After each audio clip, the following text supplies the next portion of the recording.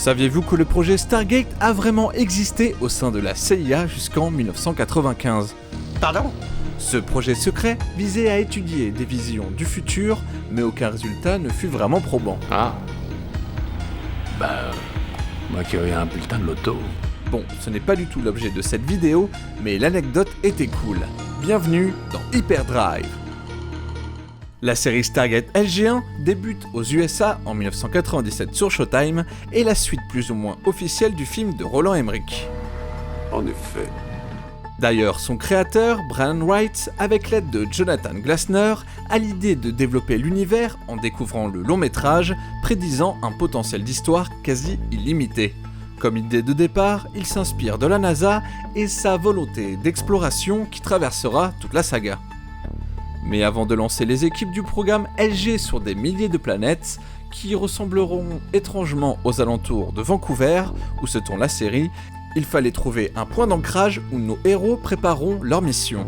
Problème dans le film, la Porte des Étoiles était fictivement située à Cheyenne Mountain, une base de l'armée américaine très secrète. En effet, elle contient le NORAD, un centre de commande chargé de surveiller les cieux, tapi dans un bunker anti-atomique ultra sécurisé, où tout est prévu pour vivre en autarcie, avec salle de sport et supermarché. On est bien loin de la Porte des Étoiles. Bref, pour garder la continuité avec le film et la licence concernant l'extérieur de la base, il fallait donc l'accord de la Grande Muette. Et votre armée, l'armée de l'air. J'adore l'armée de l'air. Les créateurs et l'US Air Force concluent un accord. L'armée leur fournit armes, véhicules et les équipes de tournage pourront filmer l'entrée de la base, mais les militaires surveilleront les scripts.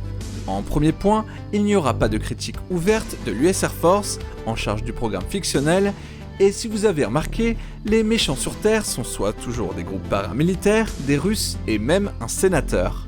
La République, c'est moi! Qu'est-ce que c'est que cette mentalité de bureaucrate borné? Nous allons droit au suicide!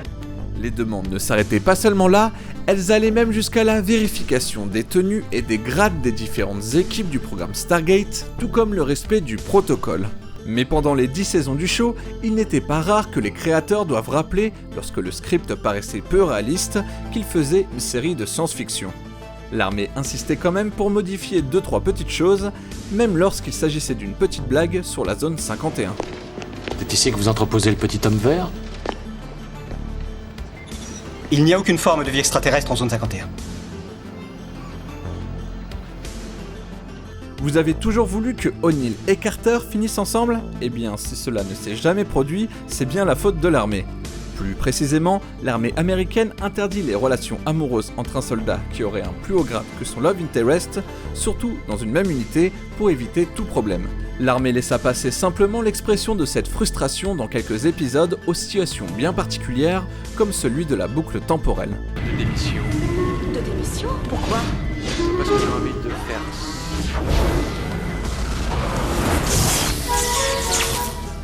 La tête du commandant sérieux.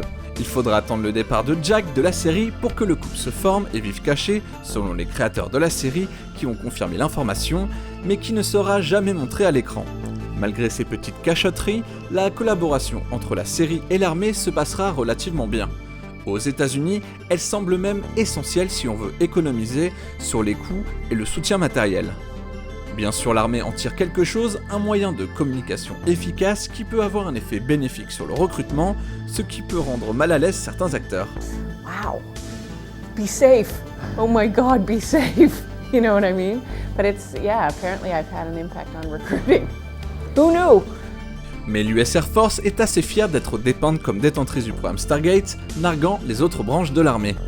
Un général partant à la retraite fera même une brève apparition dans un épisode de la saison 4, et même le coquin O'Neill doit alors faire son lèche-bot.